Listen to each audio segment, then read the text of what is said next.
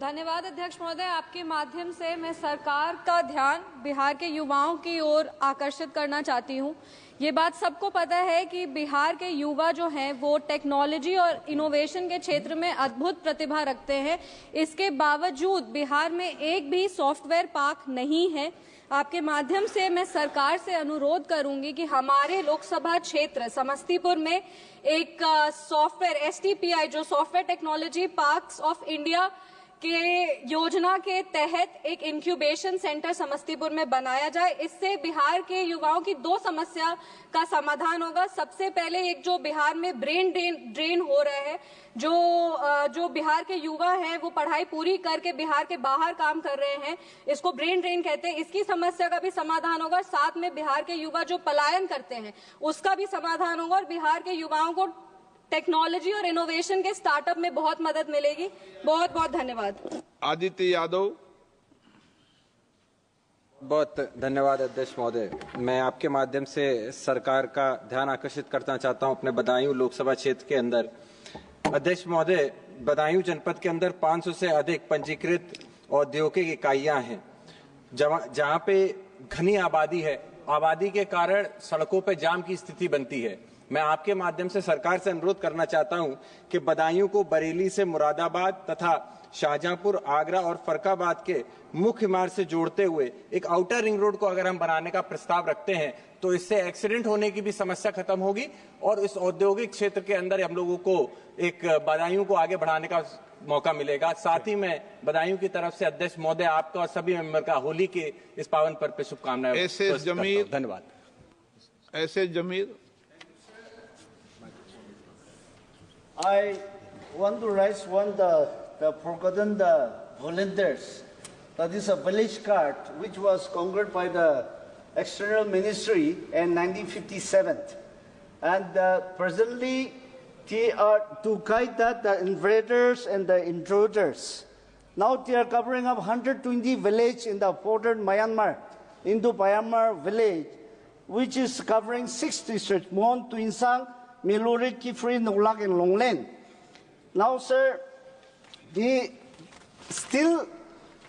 are neglected by the state government as well as by the Ministry of the Home Affairs.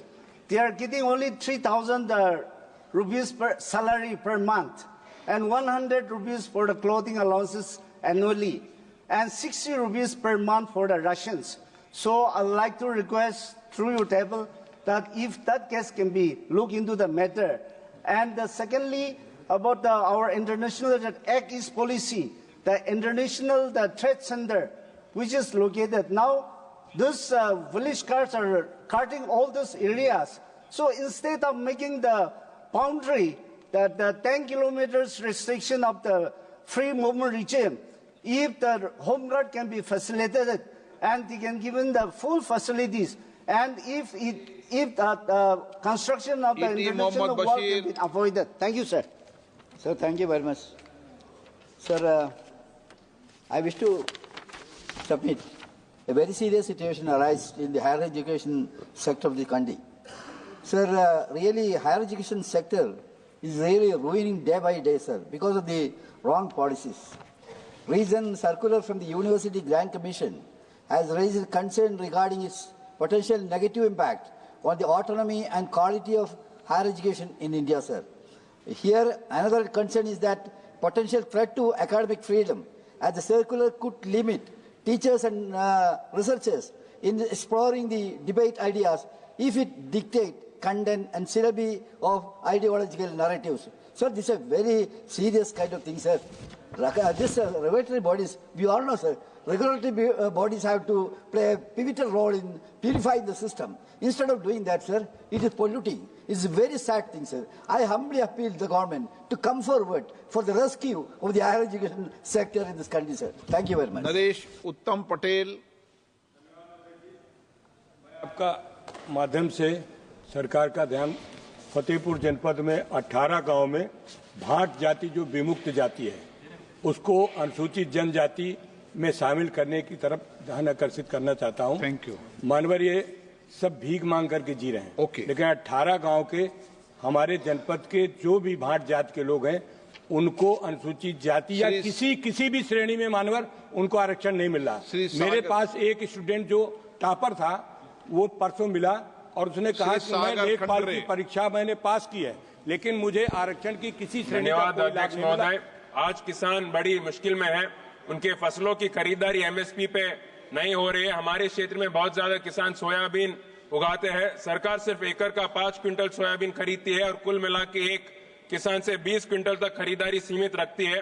ज्यादा फसल उगाने वाले किसान पे अन्याय है और इसके साथ खरीदी भी टाइम बहुत जल्दी खत्म होता है।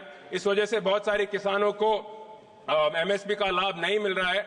हमारे क्षेत्र में 20 लाख से ज्यादा कुंटल सोयाबीन उगाया जाता है, लेकिन इसमें सिर्फ 20 लाख से कम कुंटल सोयाबीन खरीदी हुई है। इसका मतलब यही है कि 90% से ज्यादा किसानों को एमएसपी का लाभ नहीं मिल रहा है। मार्केट रेट सोयाबीन का 3-3.5 हजार रुपए है, एमएसपी का रेट करीबन 4,900 रुपए है। सर एक ही मिनट, मेरा मांग यही है कि हमारे क्षेत्र में अभी भी बहुत सारे सोयाबीन बाकी पड़ी हुए वो सरकार खरीदना चाहिए और उसके साथ and in the future such restrictions on procurement of crops under MSP should not be put so that all farmers can avail the benefit of MSP. Thank you. Sudhir Gupta. अध्यक्ष जी, मुझे लोक महत्व पैनोरमा ग्रुप, जो सोचता है वो करता है। ये लो मुंह मीठा करो, आज मैंने अपना जॉब छोड़ दिया, अब हम पूर्णिया वापस जाएंगे। जॉब छोड़ दिया है? मतलब ये घर कैसे चलेगा? हम करेंगे क्या और माँ बाबूजी क्या बोलेंगे? इसलिए मैं एक और मिठाई का डब्बा लाया। अपने बिजनेस के लिए लोन अप्रूव हो गया। अरे लोन अप्रूव हो गया वो तो ठीक है, लेकिन पूर्णिया में हम रहेंगे कहाँ? अपना घर भी तो नहीं है वहाँ। इसलिए तो एक और मिठाई का डब्बा अलग से लाया हूँ। हमने पूर्णिया में घर ले लिया है, पूर्णिया के ई होम्स पैनोरमा में। पूर्णिया में पैनोरमा ग्रुप लेकर आए हैं ई होम्स पैनोरमा। बड़ा घर, आलीशान जिंदगी और अत्याधुनिक सुविधाओं के संग। अरे अब क्यों मुंह मीठा करवा रही हो? क्योंकि हम घर वापसी जो कर रहे हैं। घर वापसी की खुशी पूर्णिया में ई होम्स पैनोरमा के संग। ई Homes Panorama, luxurious lifestyle redefined.